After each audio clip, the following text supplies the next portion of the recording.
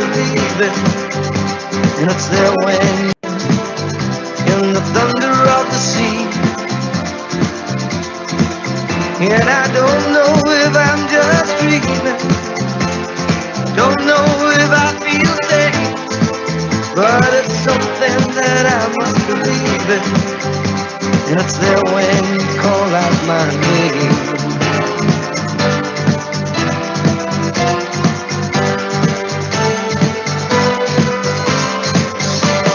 Love is in the air,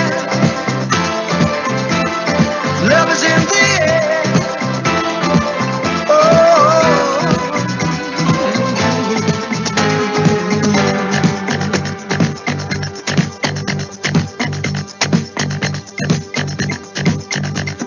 love is in the air, in the rising of the sun. Love is in the air, when the day is nearly done. And I don't know if you're illusion, don't know if I see it true. I'm super delighted to be here with, with Dr. Sinha, with Himal and Jyoti in this room, talking about a subject that is perhaps the easiest thing to do to build an inclusive organization, but the toughest thing to do as a human. I think we're built, to largely have internal systems, to have inward-looking systems. And if we're able to push the envelope on just this single thing, walk in my shoes, then we're, certainly going to look at building a much more inclusive organization. That's a path that the Tata Group is on, and that's a beautiful path that Tata Power is on. This is part of your larger engagement on Love Is All We Do, and I'm super happy to actually have this conversation today with all of you. I promise you a vibrant, slightly pushing the edge human conversation on what is walking in my shoes. This is not an intellectual conversation. So I think nothing could have been better than a reminder that all it takes is a faulty mic for us to sort of switch into a different zone. Thank you so much. I'll also do a quick introduction to myself. My name is Poornima Pandey. I work with Group HR in Tata Sun. One of the things we do is we lead the team. I lead a team called Our People's Tool, and our job is to help people help themselves. And what better way to help people than to hold diversity and inclusion now part of the studio as well. We do a lot of work with companies and individuals to help push the agenda on this. But today, the reason we are here is to see why is this such an integral part of the growth journey that we are seeing within Tata Power. So before we actually get into the chat and explore this and in some ways break it down to its basics of how can we start to implement it the minute we walk out of this room in Bombay House, I'm just going to throw the floor open for opening comments. So Dr. Sinha, your opening comment on walk in my shoes. Hey, thank you, Poornima, and I know that you've been doing a fantastic job in looking after all the leadership programs and the training programs, and also bringing the Tata family together. Compliments to you, the studio that you run basically talks about how we can, as a family, get in. For us, diversity is a very inclusive part of the way something out of our system. And the whole objective is how we take ownership of it and how we drive it out in the right. So the time while we try to write many of the policies and rules, we are not really committed to that. And that's where I think the spirit of city has to be part of the organization. Excited to be part of this discussion today. From all of you, that what more can be done by us to organize. Thank you. Himal? Yeah, so, I think thank you for anchoring this today. It is an important part for us. It is an important journey we are on. And more importantly, how we connect with the Tata Group and how airwaves coming from the group and we'll pick it up and implement in our areas. the important thing for all of us is, as you mentioned and Dr. Sinha also said, is a lot of that is in letter frames, policies, but what is the spirit? What is the heart? What is the me in it? And how do we, manifest it? The entire storyline that perhaps will unfold in walking your shoes is there. So love is what we need is a significant program that we will run, includes many other aspects of it. I think it is a important element for us to manifest what does that mean for all. But I'm really excited to be here. Thank you for inviting. Thanks, Himal. And Jyoti, over to you to tell us not just how does that Delhi feel, but what does this conversation on walk in my shoes mean to you? Thanks, Poornima. Happy to be here. Delhi weather is nice, windy, chilly, and it's great to be here and meet my teammates here also. So I think to me, what I'm looking forward to, Poornima, in this session is exactly what we are hearing our other colleagues also say, that while it is about policy and it is about giving it a structured push, but I think empathy and love and emotion is more from the heart. It is not on paper. It is the spirit of how we make it work that really makes a difference. And I'm really looking forward to sharing some of my experiences through my career, both as the giver of love and empathy to my colleagues and as the receiver, because I've had many people pushing me and supporting me to reach where I have reached today. So really looking forward to this conversation. Thank you, Jyoti. So, in fact, without any sort of around what is inclusion or what is empathy and trying to artificially separate, I want to actually ask a very simple question. Start the question with you. Question is that what is your personal definition of empathy as a leadership characteristic, and why do you think it is very important? I think the way I look at empathy is that I should be able to reach out to people when they, and while in good times everyone is there, difficult times where the character of the organization gets reflected. Difficult times I can stand by them, support, do whatever is possible, my power I should be, and that is where the friendship and so. So empathy is about reaching out and being the first person to be called in case of a responsibility. And Jyoti, I'm going to ask the same question to you. I think I asked Dr. Sinha his personal definition. I want to ask you, Jyoti, as someone who works with teams in and outside, is there a difference between a personal definition and an official definition of empathy, or is it all one and the same? What's your definition of empathy? Why is it so important for inclusion? So I think to me, Poornima, empathy is all about being conscious and mindful of another person's situation, the context they come from, what is it that is making them behave in a certain manner. I don't think it means agreeing or disagreeing. It just means accepting. It means being open. And the layer that I would add to it from an organizational perspective as an employee is whether you're hearing me, whether my perspective matters to the organization, and whether as an employee, as a part of an organization, can I take the risk of creating a feeling of belonging in my heart and mind to the workplace, which is what then really allows me to collaborate, innovate, and thrive, because you need that sense of trust and belonging to ensure that you are able to deliver the best that you can. And really, I think that pandemic has shown all of us that with work-life boundaries blurring, with no sort of clear definition of what is work and what is home, employees are actually expecting us to be more compassionate, expecting us to help them to create a more productive and healthy work-life balance.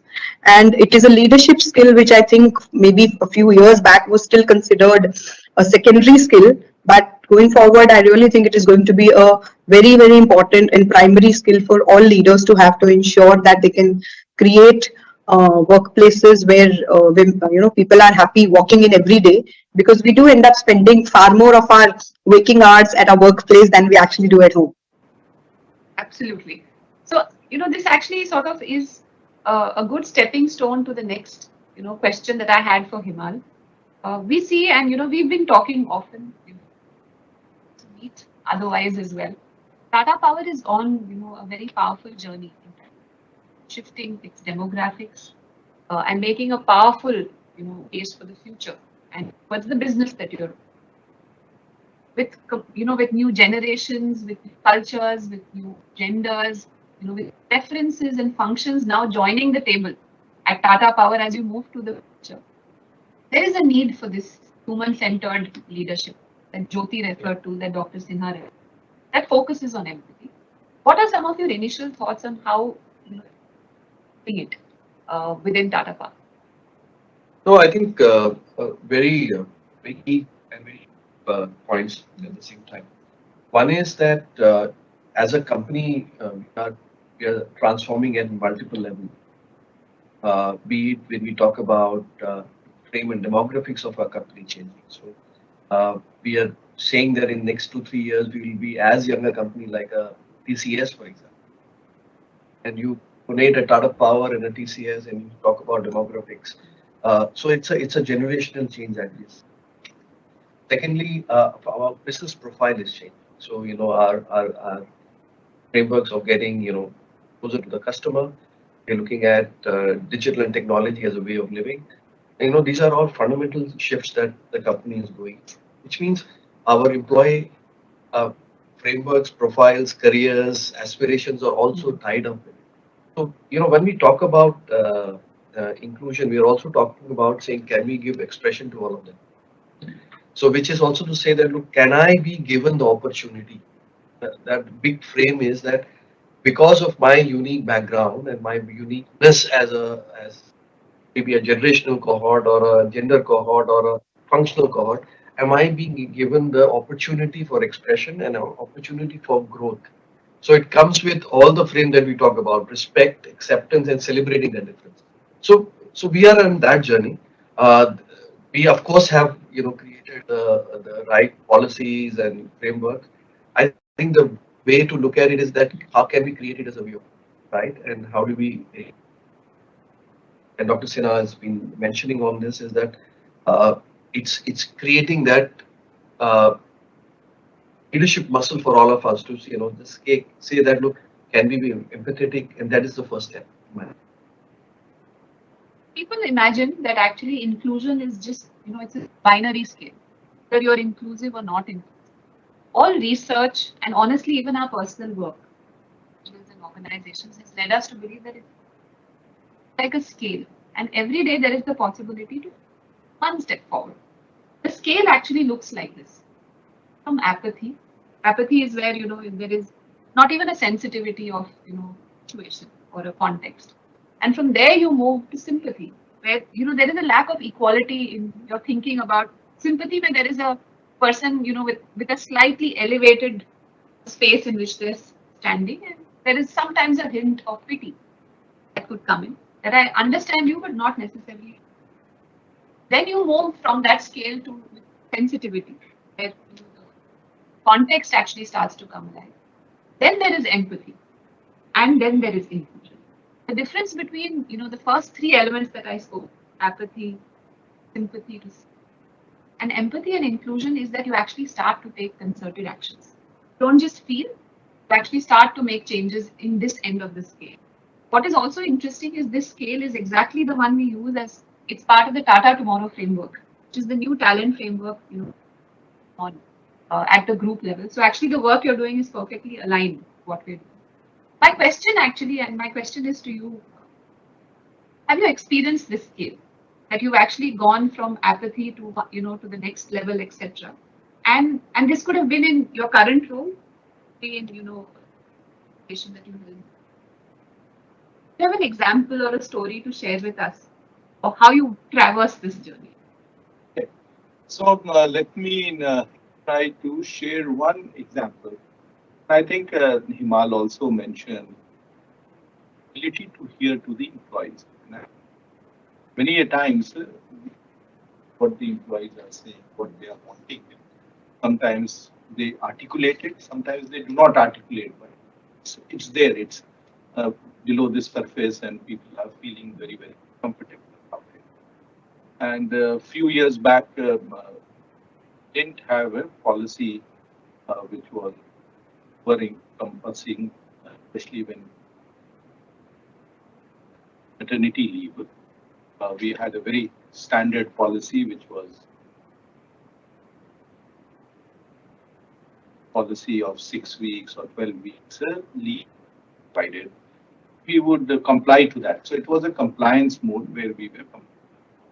And then we started hearing to some of the employers came and spoke to me, said that they feel that good also and after also, and they need time to come back.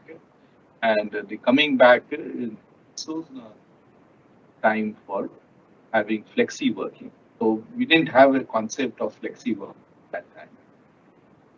This is a good point. Now, this was under the wraps, and one had to actually go through it to understand that yes, this is something that we really change the policy and say that 6 months and can take it whichever way you want. You also, when you come back, you have 6 months. Can be extended wherever it is. In fact, there were some other issues also, and they said that there might be some cases where they might require an extended, and that can be leave without pay. We actually offered them 2 year sabbatical that extent, that extended leave, and they. So I think we continuously listen to our employees. We listen to them, and slowly, so it actually started from the apathy where no one was listening to them, sympathy, have problem here, but we still can't do anything. We are bound by rules. Then you, I think we have gone through, and in many other cases we still keep on listening, and I think share with you that again heard some of the employees coming back and how they uncomfortable they are, and uh, uh, bosses are when they come back. How do you support them when they come back in transitioning into the. So I think it's very, very important to listen to listening to them, then I think that's the way we need to reach out to our employees and make them. Absolutely. You shared an employee example. I want to actually turn the point on its head. And this is also possible with our customers, with our suppliers, with our partners. And Jyoti, I want to ask you the question that do you have an example of this continuum? Or at least 1 degree ahead on all of this, and it actually has helped not just emotional outcomes, but actually business outcomes as you traverse the continuum of it. So any examples you have with teams outside or with a product or services that you all do at Tata Power? So, Purnima, I'll share a couple of examples more from my earlier avatars and maybe try to link it to how I'm seeing and trying to make things pan out here. This continuum that you speak about from apathy to inclusion definitely exists. And I think, over my career, I've been through it all, both at the receiving end and at the giving end. Sympathy, like you said, has a bit of a hint of pity. I mean, that's not what you really want to be feeling, but that's something which I think comes more naturally to us as human beings before the empathy sort of starts to build in. So, when my son was diagnosed with Hodgkin's lymphoma, the first reaction I got was sympathy. Yeah, but then the next. Lost. I guess. bandwidth issue. Okay, we'll wait for Jyoti to come back and complete the story. Till then, and just give her a minute to come back because it's an important conversation that needs to be had.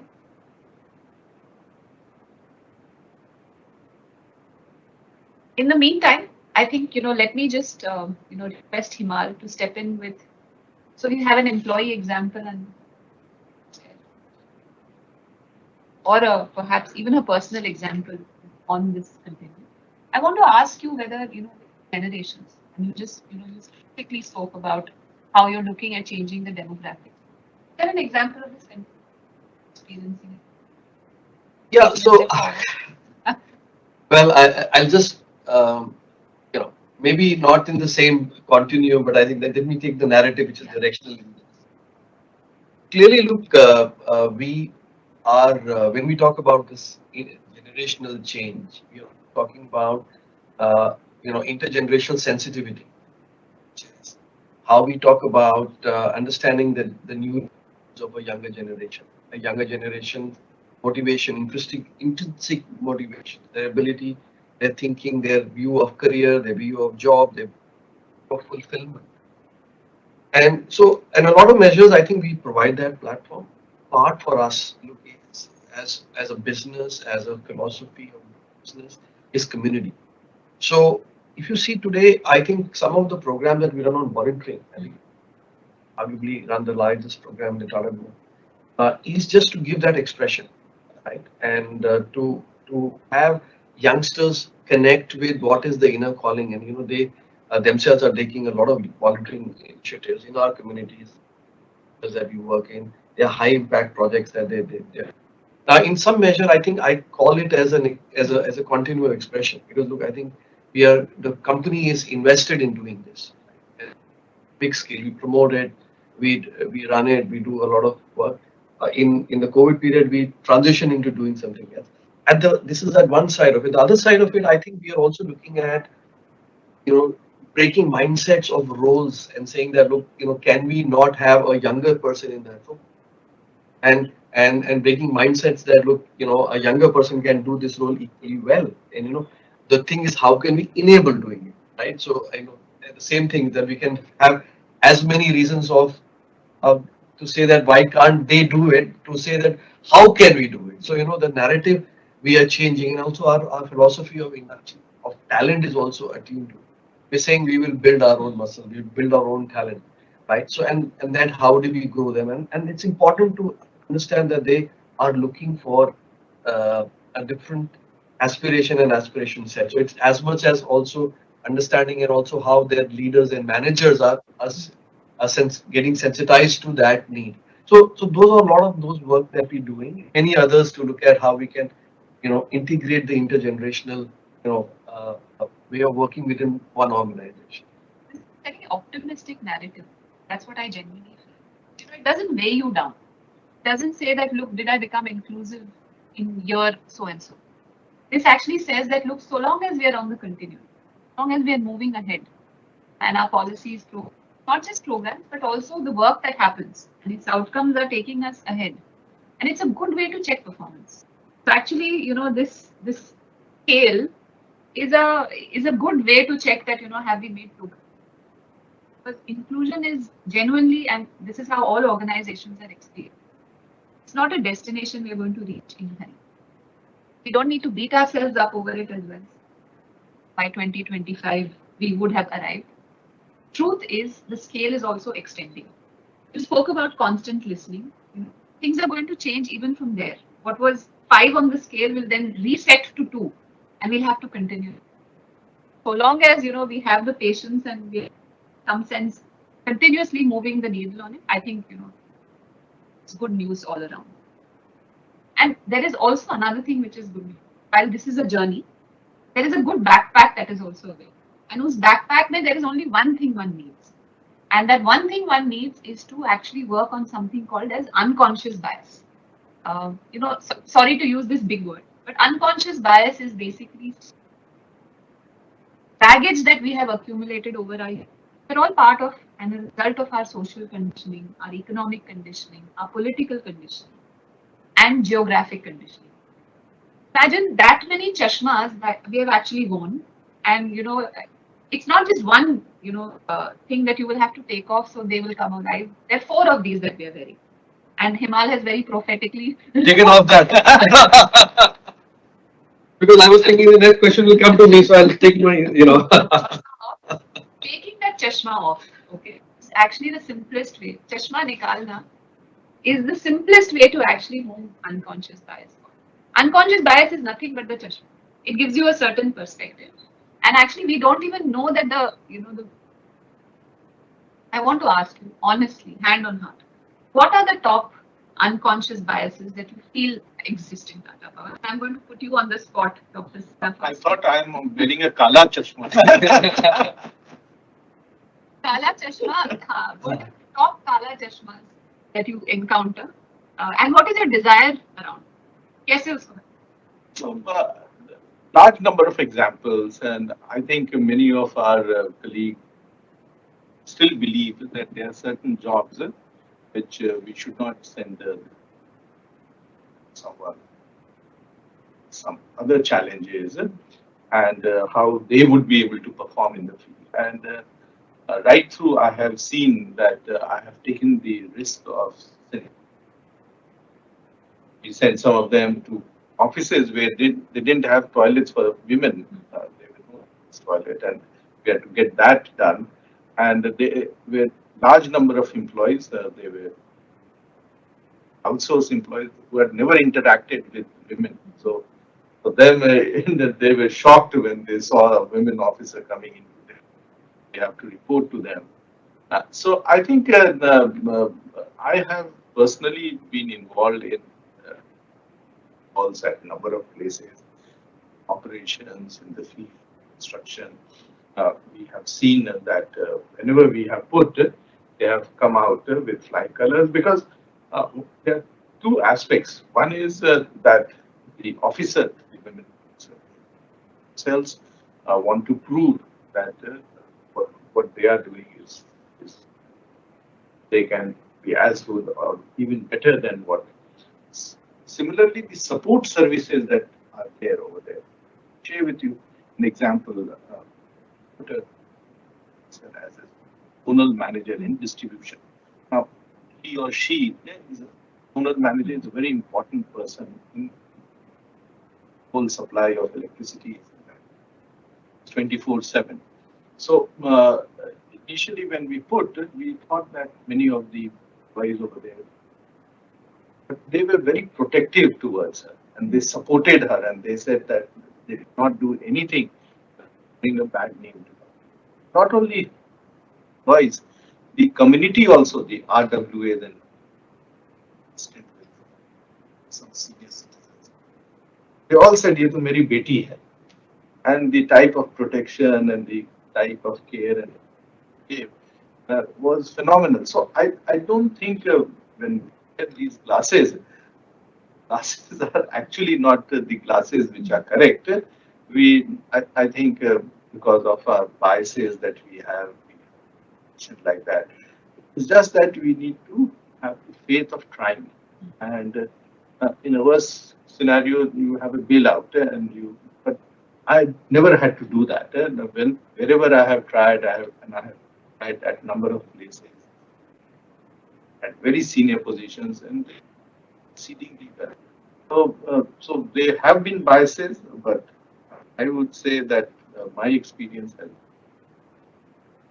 I know we have Jyoti back also with us. Jyoti, we moved the question forward to the space on unconscious biases, but I'm going to just request, everyone to rewind back to the previous one because you were in the middle of sharing, your own story and experiences, through your career on how moving on this continuum from apathy to inclusion. Yeah, thanks, Poornima. Yeah, the office Wi-Fi had tripped, so we had to just reconnect it. So I was talking about, how it is a continuum, and I'm sure all of us have been through it in various phases through our careers. I was just relating an example which, really took me to to a place where I was receiving this empathy, not so much giving it, and how that really changes life for you if it all works out well. So when my son was diagnosed with Hodgkin's lymphoma, the first reaction was, of course, sympathy, because obviously that's what the first thing that you will get from people around you.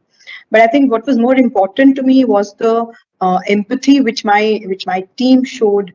My core team, really pulled together, and they seamlessly transitioned a very large global client into work while I was struggling with, hospital rounds and chemo sessions, and my whole world was, almost crumbling around me. They just took over seamlessly and just did the work. And then my client actually called me and said that, we're doing okay, and that I should focus on my son. And I think that really took this whole empathy that I was experiencing to a completely different level. So these are things which I think change you profoundly as a person, as a professional. Uh, and I think the other instance that I want to relate is where I was at the other end. I was giving empathy. So here was this young girl with an ailing father, a growing up daughter, and really struggling with a messy situation with her marriage and her husband, and didn't know what to do. I think initially we didn't know how to react, but all it took was, frankly, just a hug and a few words of support and encouragement, and giving her the confidence that whatever decision she took, it would eventually work out all right for her, and that I was backing her and that the organization was backing her. And eventually now, she's figured her life out. She's back with her husband after taking a tough stance on how she wanted equal status in the marriage, and she's rebuilding her life, and she's still with the organization. So it really matters that an organization stands by you when you're going through a tough time, and it has to come from the heart. There is no letter, there is no policy, you cannot force people into being empathetic. You have to really train yourself. So while forcing is not possible, training yourself is definitely possible. And to me, all that it takes is pausing, zooming out a little bit, and reflecting on what is happening and how we can respond rather than react to a situation. So I think to me that is what really makes up this continuum.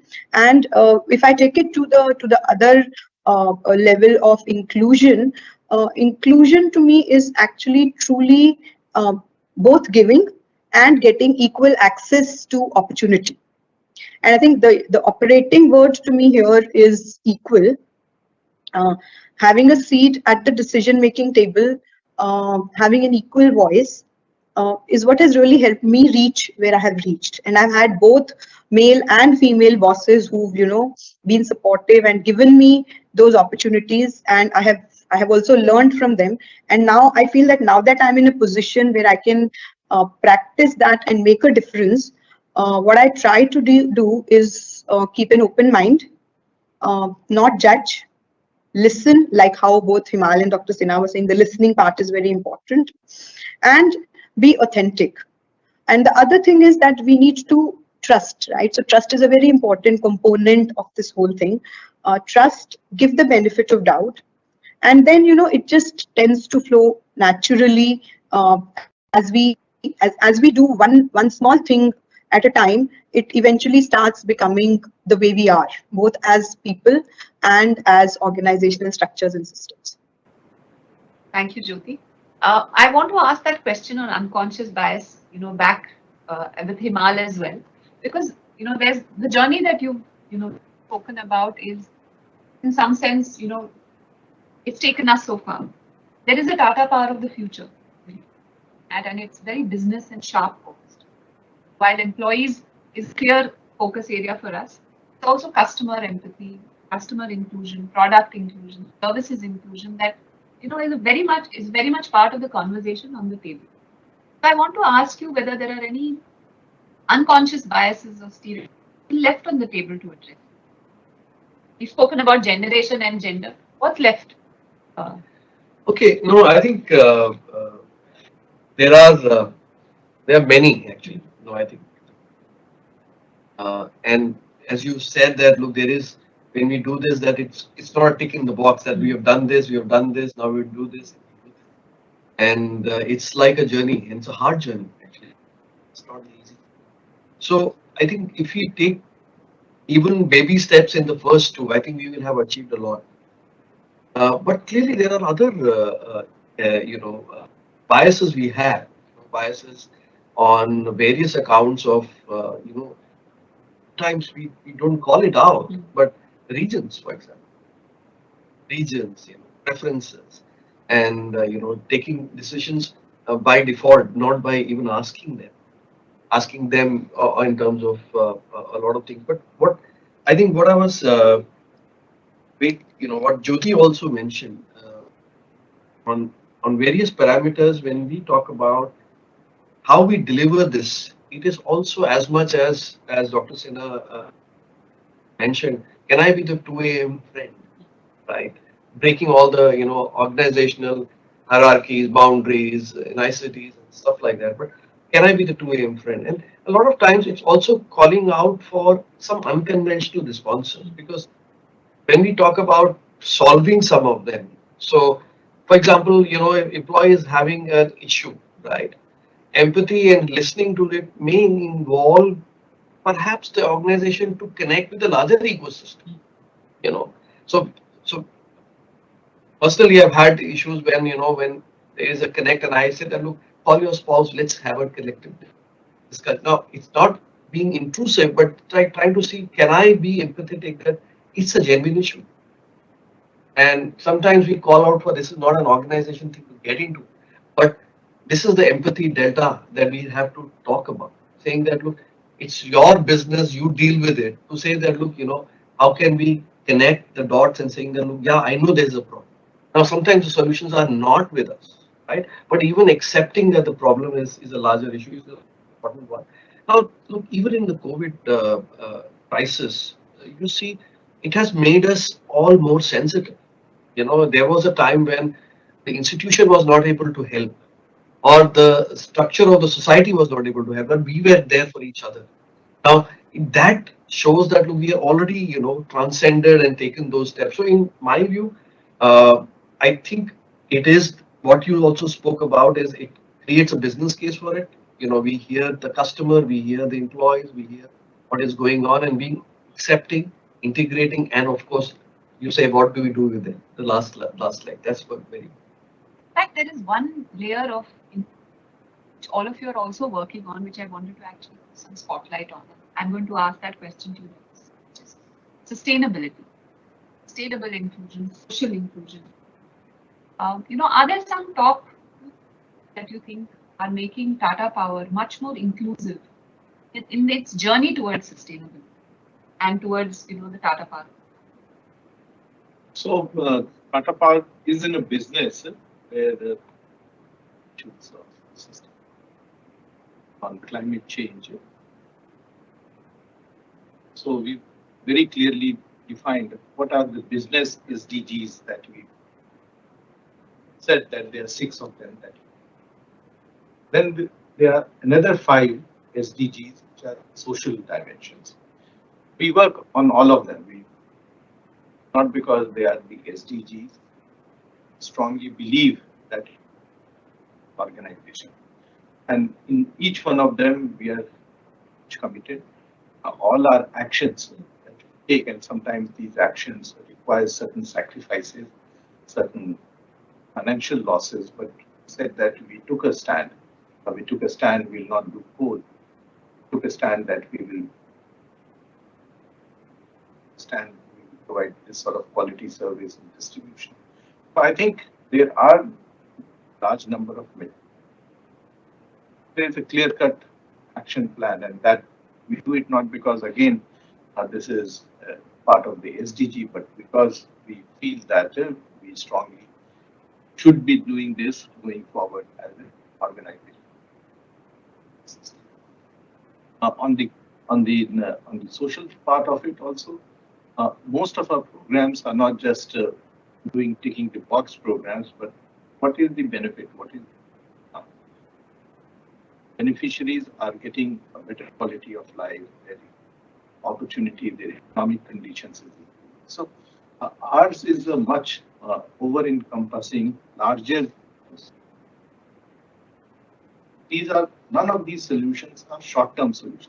None of them are. We do it for 2 years and they. All our programs are a long-term. We continue to work with them, long-term relationship. Sure that what we do with them also they use it in other places. So it's like we work like a catalyst. We take it around and ask those people also to spread the message that we are able to see a much larger impact of the solutions. So in fact, I'm getting a vivid picture conversation that us are having, and that was exactly my expectation also as we set about fireside chat. The vivid picture is one where there are multiple boxes that all of you. There is the employee inclusion, that's front and center. There's customer product inclusion. So there is social inclusion. All four of these are big, hairy, audacious targets. And one part of me is, sort of saying that we need to really rise to, able to make progress across all four. I also know that as a team, all of us are investing in attention, which is going to happen shortly after this fireside chat, which is called Walk in My Shoes. So no surprises there. We've used that. And we're working together to craft that theatre-based intervention. It's called Walk in My Shoes. And I know a lot of Tata Power colleagues are going to experience this, quick but impactful, intervention that will set, them on the right path to be able to achieve all four boxes, all of which are important for Tata. Himal, I want to ask you that can you just share a little bit about what are you looking forward to in this word to the Tata Power colleagues on what they can expect and why should they sign up for something? Yeah, so no, I think glad that you asked me this question. So I would have preempted that even.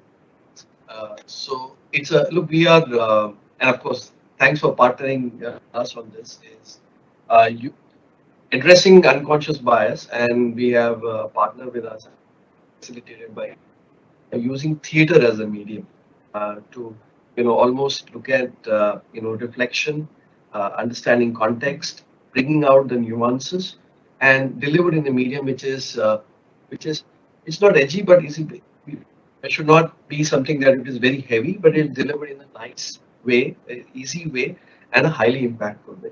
So so this would be driven through the exercise. A lot of our employees will go through. We have planned this module over the next couple of quarters, and we will all our employees will experience it. I think this would be an exciting one. There is no one side telling process. It would be a reflection time. We will An experience time, and I think you might want to just also highlight some of those aspects because you think that. So maybe I think we are very excited to partner with you on. Yeah. So watch out for coming out from Tata Power. It's basically a theatre-based intervention on how do you surface and manage unconscious. Why theatre? Because theatre mirrors.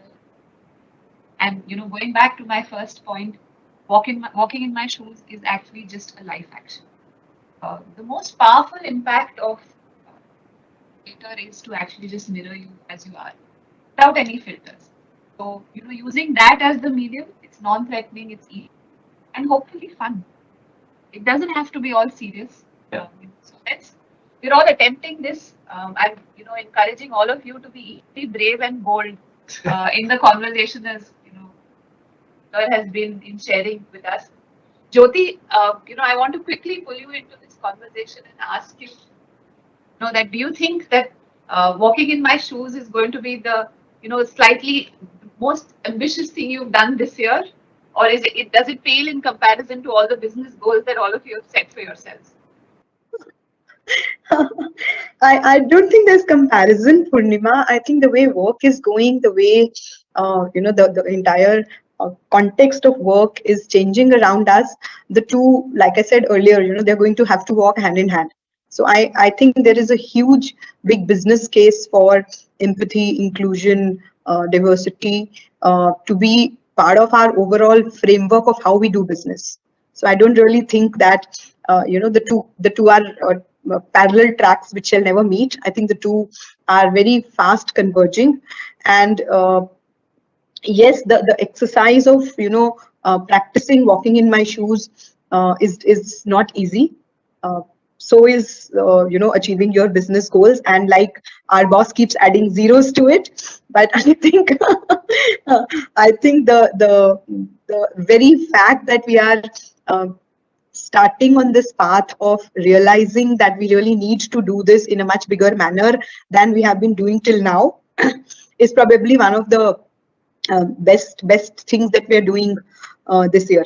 Uh, it will be challenging, and for all my years of experience of both receiving and taking empathy and trying to be mindful, be conscious, I still feel that I myself as a person also have a lot of work to do, and as organizations, I think this is something which is going to be ongoing. It is not a one intervention, one point in time kind of work. It is work which we will all continue to do together, and hopefully we will all the people who are attending this and listening to all of us will actually see it in action rather than us just talking about it. Amen to that, actually. So, I know we started a little bit late, and I know we're only, we've got 5 minutes till our time's up, but I'm just wondering if any of the people in the audience have any questions around this, or even comments or feedback. Please feel free to put it in your, live event Q&A. We can see these as soon as they get published. I'm just going to take a quick minute to see, what's the mood in the moment. So there's people who've written it's a great initiative. I don't have a question just yet, so just waiting to see if there's anything else that pops in here.